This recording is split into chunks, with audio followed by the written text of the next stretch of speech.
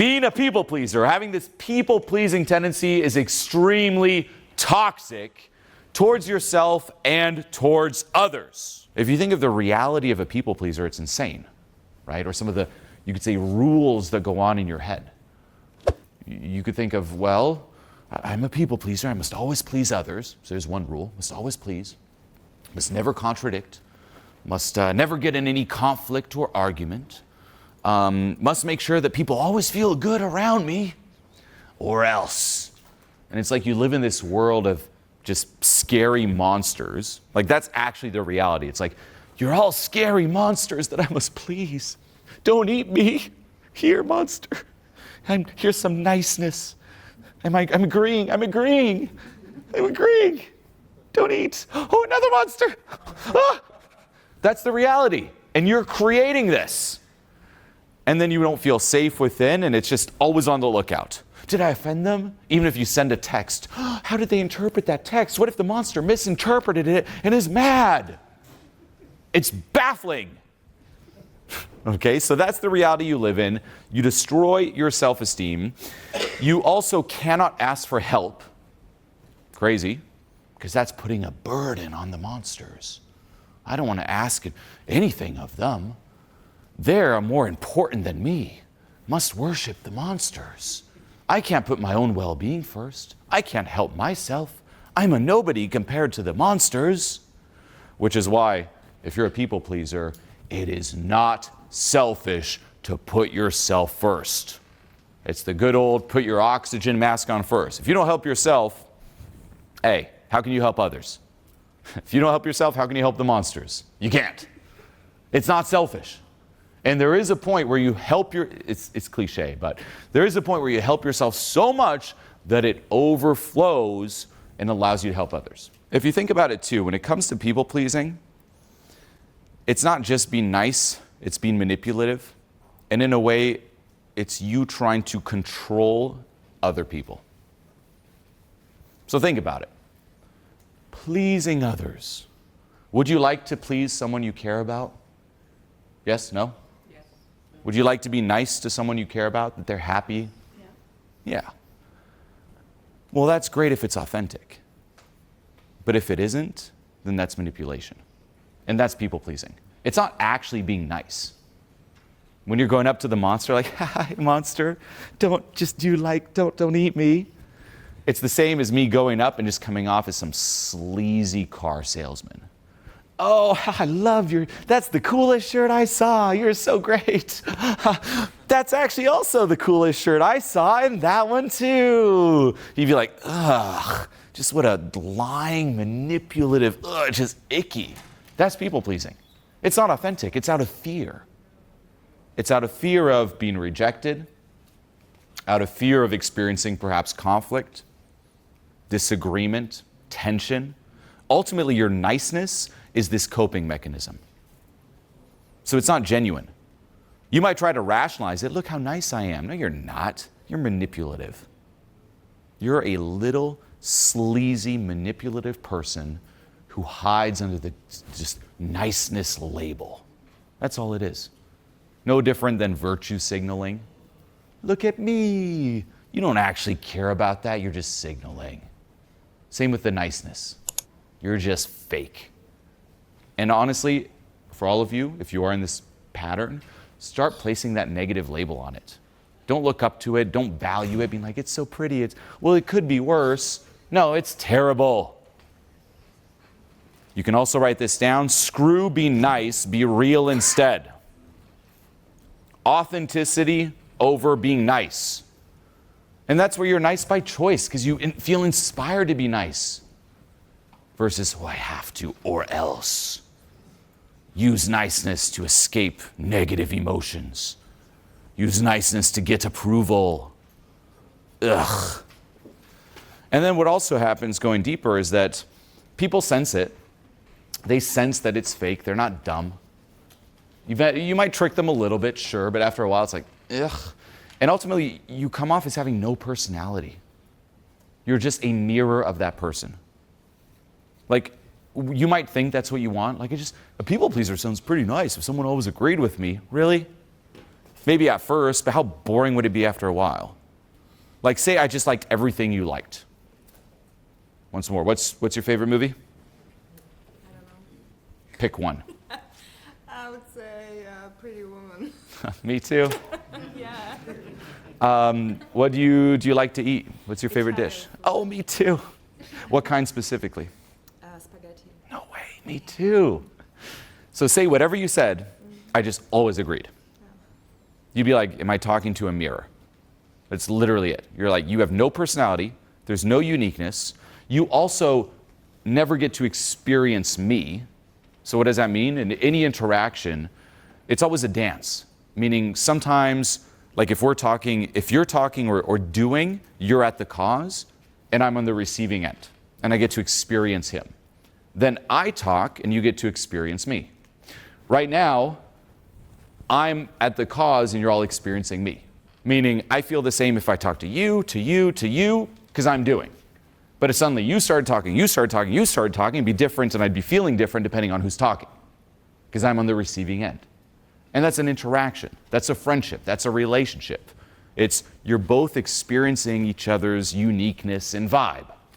If you're people-pleasing, you're never at the cause. They're always doing, they're always leading, and you're just nodding along.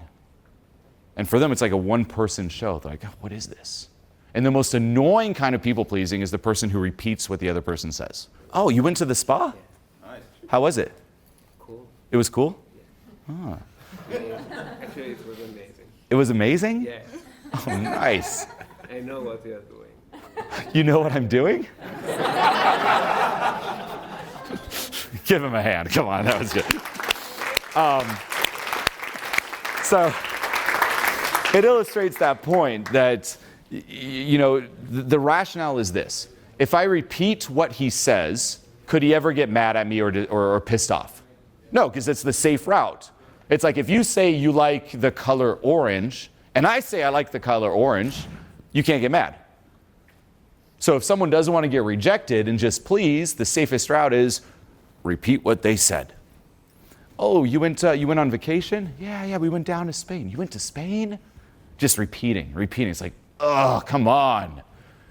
And once more, eventually, like not only will you be labeled as fake, people will just get bored and not want to be around you and have that no personality label, but eventually you will also start getting very resentful of others. Why? This is interesting. Because as a people pleaser, although you're doing all these things, you're also somewhat aware of it. And you count them as certain sacrifices. So you're saying, well, look, I'm making all these sacrifices. Don't they see the sacrifices that I make? They don't. But don't they see it?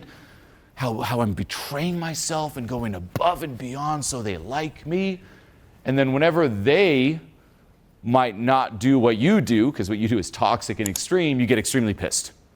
I would have done that for them. How can they not do that for me? And you start resenting others, and it starts poisoning your relationships. Terrible. Now you're watching this because you probably have some people pleaser tendencies. Click the link below this video right now and apply for a free coaching call. You'll speak directly to one of my coaches, someone who I've worked with and trained, and they'll be able to give you personalized feedback on what's going on with you and come up with a game plan moving forward. To solve this, a few things. One, ask yourself, what is people-pleasing protecting me from? And this is something for you to introspect. What is it protecting me from? What's the underlying fear? So it could be fear of rejection. That could be one. Like, I just want people to like me. A very common one, especially in relationships, is fear of conflict. So what does that mean? Say a boundary's been crossed, or there's some issue that you want to address, but you're scared to bring it up. Why? Because then it'd be awkward with your partner. Or in a friendship, same thing. Do any of you want to make your friendship awkward for a period of time? Like, how many of you have put off an issue because you've been trying to avoid the awkwardness for a while? Or tried to rationalize the issue away? It's maybe not that big of a deal. Yeah, most people. Versus, listen, we need to talk. I mean, say that to a relationship, say that to a friend. Hey, listen, it's serious. I know we're friends, but we need to talk about this thing the other day that you said. Notice everyone's like, oh, the cringe, right? That's also part of people pleasing. Just not expressing your boundaries, not honoring your boundaries. A key book, you probably heard me talk about this one, Crucial Conversations. Read it. Top your reading list. That'll teach you on a practical level how to navigate those moments. But realize that in a friendship, in a relationship, any human dynamic, there are always going to be conflicts. That's the number one skill you should learn when it comes to relationships, by the way. How to fight with your partner in a healthy way, in a non-physical way. Again, cut out of context. How to fight. No, but it's crazy how we kind of sweep this under the rug. We're also conditioned by movies that, you know, if it's true love, you'll never have a disagreement. Are you kidding me? Of course you will. Now, most disagreements or arguments that you see in the world are toxic. It's people who are triggered, so there are very few good examples.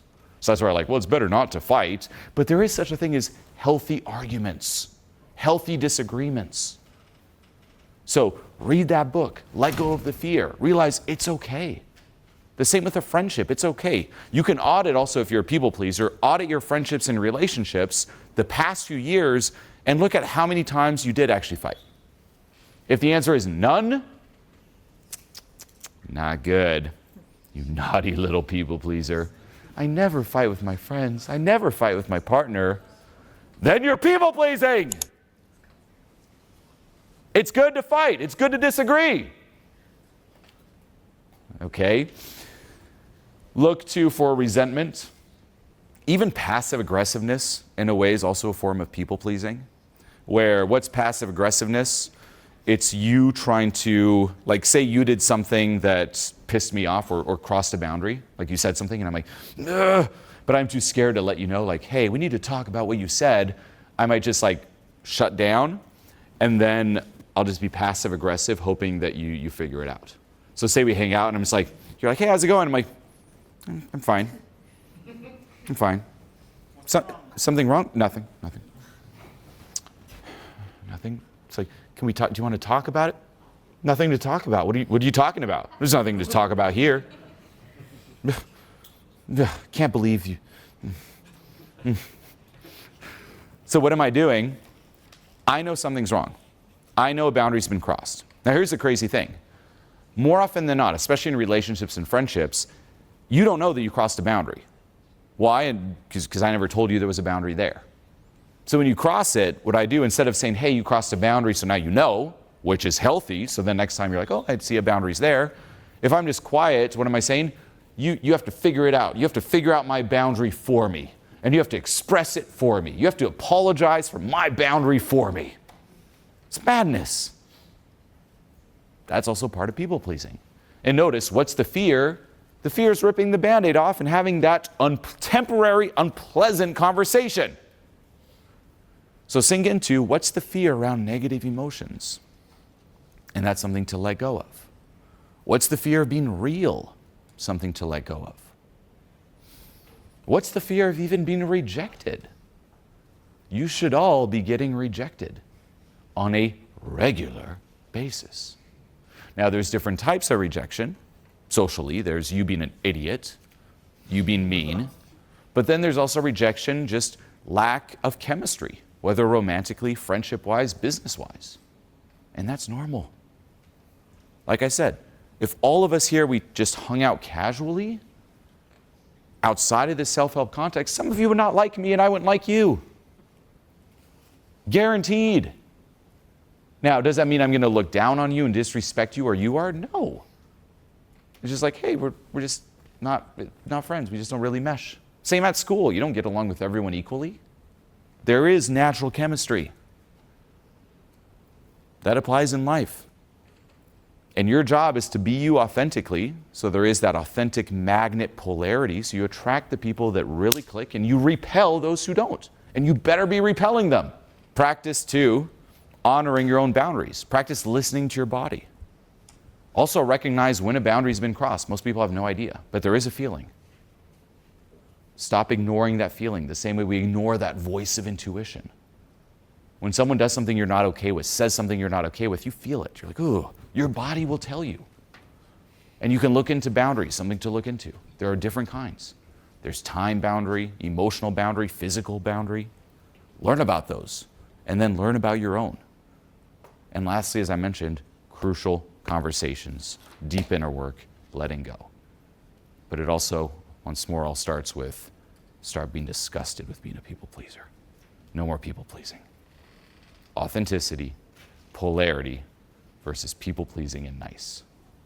And if you ever want someone to truly just love you, friendship, relationship, business, you better be real, or you'll just attract people who tolerate you. And that's the thing. A people pleaser will always be tolerated. Even if you hang out with your friends, you might have experienced this, you might not even be the main person. So say we're a group of friends, us four, and say you're the people pleaser. You could hang, like say we're all gonna go to the movie. For you to come to the movie, you'd have to kind of make sure that you're invited. None of us are gonna go out of your own way to make sure you're there. If you're there, cool, but if not, all is good. I remember growing up, I felt a bit of that. Where I was like, hey, are you guys still going to the movies? Are you still going to the movies? Yeah, we are. Okay, what time already? What time? Trying to make sure that I was there because no one else would care. No one else is going out of their way to invite me. Why? Because I'm just a boring mirror with no personality. So time to cut it. Cut the shit, as they say.